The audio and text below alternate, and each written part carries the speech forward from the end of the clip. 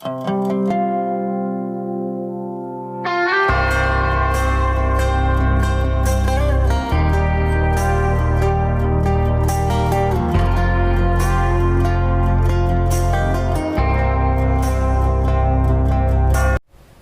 up guys, and welcome back to the channel.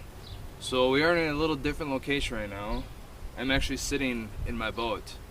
Ice fishing is done. It warmed up very quick. From the last video that you saw, it's probably been about 2 weeks since then. Granted, I was up in Hayward and now I'm down in the valley. But it's warmed up a lot. It is, I think, 50 degrees out right now. Yeah, she warmed up pretty quick.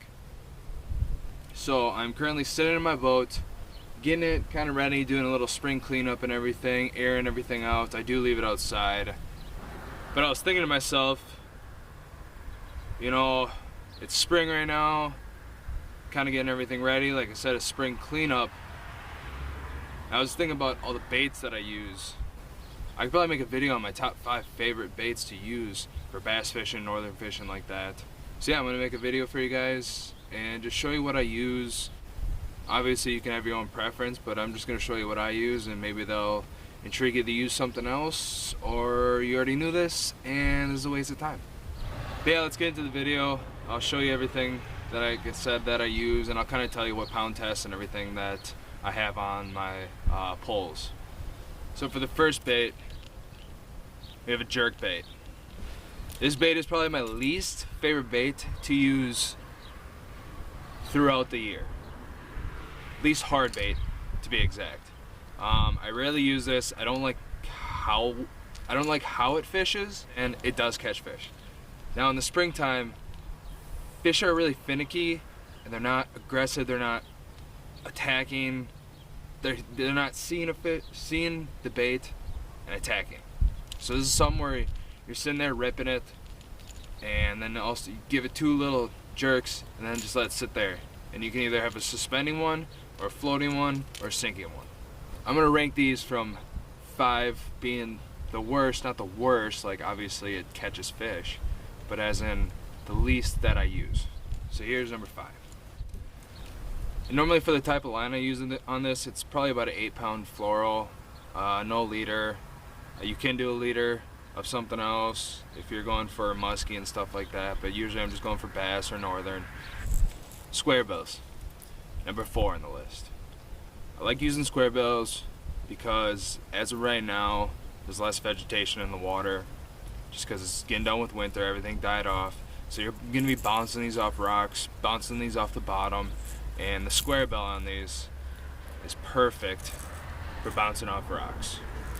Now the colors, I haven't been too keen on knowing exactly what color to use, but with the runoff of the water, like all the snow's melting, I know you kind of want a little more vibrant color just because the water is going to be a little more dirty right now. Summertime, definitely hammering fish with this one. It's got that red treble on the bottom too. Kind of acts like the fish is bleeding out or something.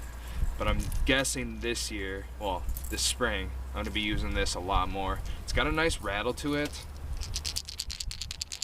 It's a thumpy rattle. This one's more like a cling. With those, again, I'm using about a 8-pound fluoro. Again, just like the jerkbait, same reasons. Hard to see. And yeah, you're going to be cranking those along too, and kind of the same with the jerkbait. Maybe those would be a little more aggressive, just because you do want to get them down there. But the jerkbait, you're kind of suspending them. A spinnerbait. Now a spinnerbait's good when you're kind of just trolling the shore, trying to find little pockets where fish are up in right now. They are a little bit lower, so typically what I do with the spinnerbait is I'll chuck it out there and let it sink for about 5 to 10 seconds. So it gets down there. I mean, it depends on depth, obviously, but you want it down there. Fish aren't coming up right now. They're very, I wouldn't say protective, but they're very in their space right now and what they want to do. So you got to get that reactionary bite to it. I do like the spinnerbait, as you can see right here. It's got a natural color. I'm probably gonna pick up more like white or chartreuse color. I do like those a lot better. And then I will throw like a paddle tail on the back of here, or like a fluke or a craw that matches this. It's like a bluegill color that I'm seeing right now. Also, you can use these, a buzzbait. Now with the buzzbait, I know you're supposed to keep it up on top of the water, but it sinks. So you can chuck it out there and, like I said, let it sink for about 5-10 seconds and rip this thing through the water, and this buzz right here just gives off a vibration that some fish can't resist. I mean, if you're really hurting to find a fish, throw one of these on and maybe you'll find one. And with these baits, I'll definitely throw on braid. Springtime, it's probably going to be about 10-pound test, just because I'm not ripping through their weeds like I am going to be in summer. Probably about 10-pound braid. Yeah, I'll throw on a paddle tail, a craw or something, just give it a nice little trailer. And if they're not hitting on that, I'll sometimes just throw this too, especially come spring. I mean, the fish are very picky right now, so you got to change up some stuff. Fourth one, this was a hard one to pick because it was definitely right there with my top favorite for the spring, and that is going to be a swim jig. A swim jig is, I personally think, the most versatile jig bait that you can use. I have them all different colors. I got the black and blue right here, the chartreuse and white. This one gets really nice come summer. And then also I did start switching over to this football jig, which is made for like punching lily pads and everything, but it's a bluegill color, and around here there's a lot of bluegill, a lot of baitfish bluegill. With these, I'll definitely throw on a paddle tail or a craw of some sort, not a fluke. I don't really swim this like a fluke. It's more like a popping action. Usually don't let it hit the ground, or it stays a good foot above the ground. With these, I just throw it on right away. 20-pound braid. Can't go wrong with 20-pound braid. I know it's very heavy, but when it comes summertime, obviously it's spring right now, I'm not the person that changes out their lines throughout the year. Never been. Never had a problem with it. But yeah, 20-pound braid on here, and it can rip through anything. And the last, and my favorite, a good old Ned Rig. This is easily my favorite spring, summer, not fall. Fall I do not use this much. Fall I stray away from this just because of the presentation. I don't know what it is, but they like the bigger worms come fall. Now you may be thinking this isn't exactly a Ned Rig, and I know.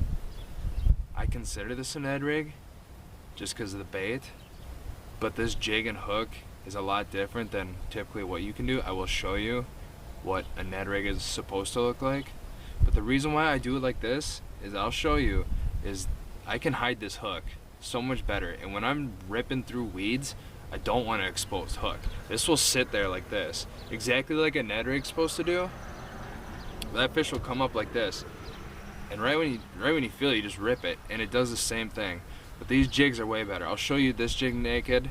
So what this got is it got a little spot right here that you put it in there, and then you skin hook it so where there's no hook exposed, which is so much better for ripping these things around. Now a typical Ned Rig is supposed to look like this, where your jig's gonna be sitting like this and that's gonna be sitting up there like that. I don't like that just because the sole fact is this hook is out and it will catch on anything. So I go the opposite route. May not be a Ned Rig, I don't know what to call it, but I consider it one. Now these are the Rattlin' Neds from Guggen. I love them because there is a rattle in here, and I do feel like that helps, but they break down quick. So what I have been doing is I have my Rattlin' Ned. Once this thing goes bad, you can pop that rattle out, and then what I do is I can make 2 more Ned Rigs out of one of these. I don't even know what the hell they're at. Bama baits. I'm pretty sure I got this in monster bass box. So I can make 2 more of those out of this. I just pop that rattle out, I shove it into the end of this, rattle and Ned. Perfect. Saves me a boatload of money, because those Googan baits do get pretty expensive. But I do like that rattle in there. It does add an effect to a bait that's not an aggressive bait. And like I said, I mean, you can get two out of this. It's a little bit bigger, but come summertime, fish like that. So yeah, that's my top 5 favorite baits to use in the spring. Changes up a little bit during summer, and then obviously fall. Fall definitely changes up the most. Fish act just a lot different compared spring to fall, fall to spring. But yeah, like I said, I'm on the boat right now, doing some spring cleaning. If you guys want me to show you anything with how I'm set up on the boat, or if you want to see what all my tackle looks like, rods, all that, nothing special, but just let me know. Hopefully within the next week I will have this puppy running, and I will be out on the Wolf River for walleyes. But yeah, I hope you guys enjoyed this video. Hopefully you learned a little something. Hopefully you can pick up on things. They're pretty basic baits, but these are definitely the ones that I am going to use. When I make a walleye video on the Wolf, I will show you the baits that I'm using. I'm actually going to pick up a couple right now at my local tackle store. It's the one I showed you guys in the video, the real shot. I go there for everything. When I say everything, I mean everything. But yeah, I'm going to be running there pretty soon, picking up some baits for that. And next time I see you guys, I will be out on the water. See you later.